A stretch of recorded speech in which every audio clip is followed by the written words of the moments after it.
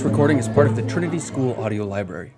All recordings are created for educational purposes to support students with disabilities and are not for profit. Problem Solvers, an educator's insights for raising kids on purpose, by Luke Zedwick. Introduction. I grew up knowing I wanted to be a teacher. I studied math and taught middle and high school for 11 years, before somehow becoming an elementary principal in a town of 900 people. As a principal, I had big plans about how I would have a good fatherly talk with the misbehaving kids, and how they would come to respect and look up to me. Boy, was I wrong. The kids, the parents, and my patient staff taught me over the next 8 years that there is no simple or easy solution to changing kids' attitude or behavior.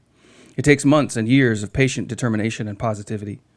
It's possible to train these kids to be comfortable in their own skin, to stop chasing the attention of their peers or adults, and instead to make plans for their future that last longer than 30 seconds. But first, you have to do all those things for yourself. It's time to stop struggling as a mom or a dad and start building your own capacity to plan and execute as a parent. You can do it. I'll show you how. I believe that in the heart of every person, young and old, is a question that must be dealt with first. If left unresolved, this question will haunt and poison the work you do and the relationships you try to maintain for your whole life. It will leave you alone and without purpose, no matter what work you do or how many loving relationships you have. To the degree that you haven't dealt with this question will also affect how much satisfaction you're missing out on. The question is, do you matter? I say deal with rather than answer because this question is a bottomless pit. The question of value is never really answered for anyone. It only works to sabotage what could replace it, the meaningful work you do and the cherished relationships you maintain. You know it's true because those two things, failure and rejection, are everyone's most common fear. The people who lean on their egos end up in a quest for comfort, recognition, and ambition. They're plagued by ever-increasing self-focus. Some become narcissistically obsessed with their image and the affirmation that social media is designed to feed them. Others become shame-focused, making rules for themselves and fixated on the dream of being perfect as a mom, a wife, a professional, in their fitness, their spirituality, or their diet. There are endless ways to feed the question, but only one way to be free. Walk away from it. It's not a one-time decision either. When we seek meaningful purpose that builds rich and lasting satisfaction, we can easily go astray as we try to control ourselves and others in order to avoid disaster. The fears creep back in. If you can control the people you love and the work you do, then perhaps you can be free from the fear. What you can't do is defeat fear by avoiding it. You can't avoid failure by not trying or relationships by never being vulnerable. You can only overcome fear by going head-on into it. Otherwise, it will poison the things you do and the love you share. So the question of value and our fear of failure and rejection are always there. They haunt us as we watch our kids misbehave and our tempers flare. That's why it sometimes seems as if every other article on parenting is how to stop feeling so bad about how you compare to other moms. The sad truth is that this question is a bottomless pit, and the more you try to control it, the more you try to answer it, the more hold it has upon you. Your only hope is to put it down and walk away. Stop trying to be a good parent. Stop trying to prove to yourself or anyone else, your kids included, that you have what it takes. Put the question down and walk away.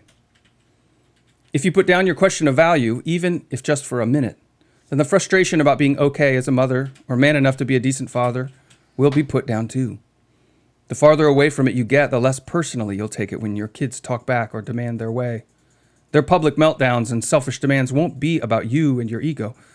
They'll be signs that your children are missing some skills to handle life's difficulties. Not only will you feel better as a parent when you stop trying to prove yourself, your kids will feel better too. The purpose of this book is to look at the problems your kids face and not being able to concentrate on anything but video games, not being able to control their emotions when they face disappointment, failing to keep friends or understand social cues. Their own question of value is pouring fuel on the fire. Their insecurities don't come from a lack of self-esteem, trying to answer the question of value. They come from the same nagging fear that you face. They have to learn, just like you, to put it down and walk away. It's no easy task for a kid, but you can give them strength as you go through the process with them. When our children fail to reach their potential, it's so often because they want to do things their own way. As parents, we can fall into the same trap, but there's a way to avoid it, the way of ancient wisdom and lived experience. When I was a classroom teacher, I wanted to find a way to bring the truths of the world to my students. I started teaching in a Christian school, but I knew that the truth was bigger than the experiences of youth groups and Sunday morning church. The capital T, truth, is as vast as a universe. It crosses cultures and time periods, and it reaches into our hearts if we let it. So I began looking for wisdom from around the world. Wisdom for teenagers in need of it. I called it the Proverb of the Week. Over the course of 19 years in education as a middle and high school teacher and then as an elementary school principal, these proverbs have grown into an entire curriculum of social skills and problem solving. At one point, I worked with a handful of teachers and administrators to develop lessons for the whole year.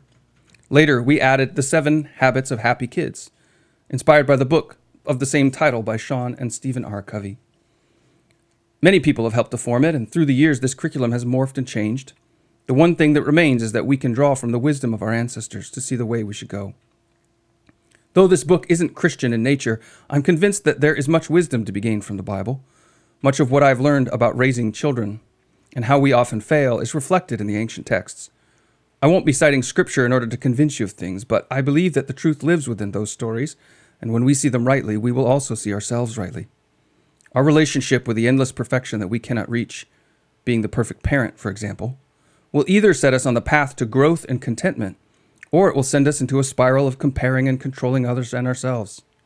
Religion done rightly will always send us away from shame and blame and toward creative, selfless purpose.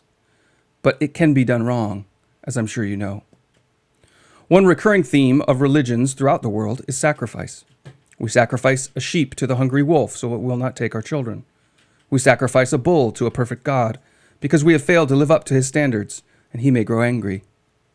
But recently I've been exploring a fascinating third perspective on this, the idea of sacrificing to a better future. Let me explain. You may have heard of the oft-cited experiment where young children were given a marshmallow and asked to wait before eating it.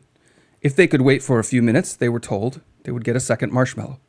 Those who waited longest as kids were far more likely to do well in their education, career, and marriage when tracked for the decades that followed. A sacrifice now could get you something better in the future. If waiting a few minutes for sweets gets you a second marshmallow, then how much would waiting for a whole day get you?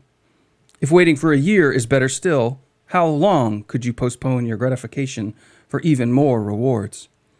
Perhaps some of us could even invest in the next generation, so the world would be better for decades to come. The highest ideal, the most successful perspective would be to invest in eternity. And now you have religion.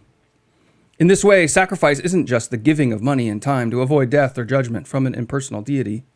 Your sacrifice is an investment into a future so distant that it may not appear in your lifetime. It is a treasure stored up in heaven. Perhaps your relationship with your children is the opposite of investment, reaction, and impulse. Perhaps it is based on fear. We might tell our spouse in the quiet moments, if they keep this up, they won't have any friends. They won't find a career. And when you're being honest, you also admit that you've overused punishment or shame to try to influence your children. This is short-term thinking. You won't get any marshmallows. Kids need to be trained, not punished, out of the bad habits that plague them. And the immediate feedback that punishment can provide should always be in the context of a larger story. That story is created by you when you look at where you are now in their habits and beliefs, where you hope they'll be when they're 25 years old, and what it will take to get there. Don't just begin with the end in mind.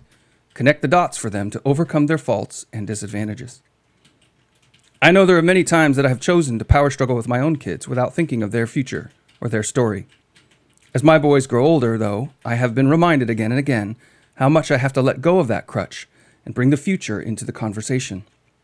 It takes more effort, and the rewards come more slowly, but that's how all investments work. How am I training them to invest in themselves, their future families, their community, and beyond? Have I focused on fears of failure and instilled that in them? What will I do differently? How far into the future will I look? And how will I teach them to do the same? Perhaps you found yourself asking if parenting is supposed to be this hard. Why do your kids get on your nerves so much? And what if you don't really like them right now? Does that mean you're failing? You've tried to do better. You've tried staying calm. Can it get better? Because I know it can get worse. If someone who's worked with kids for more than 2 decades, from 2-year-olds to 22, I can tell you that it can get better. Fundamentally, the best way is the way of growth for yourself. The reason you're struggling to be a better parent is that you're also struggling to be a better person. You're struggling for control of yourself, to feel more successful as a parent, and wishing your kids would control themselves so you don't have to. Every once in a while, you'll get a glimpse of your sweet child. The one you know is in there. But as soon as something goes wrong, as soon as you expect them to behave like a normal human being, the drama and the struggle come roaring back. I hope this book can help. This recording is a ministry of the Trinity School, a culture-building enterprise focused on education, influence, industry, and the arts. For more content like this, subscribe to this channel. To support this project, visit gracestaten.com/Trinity School.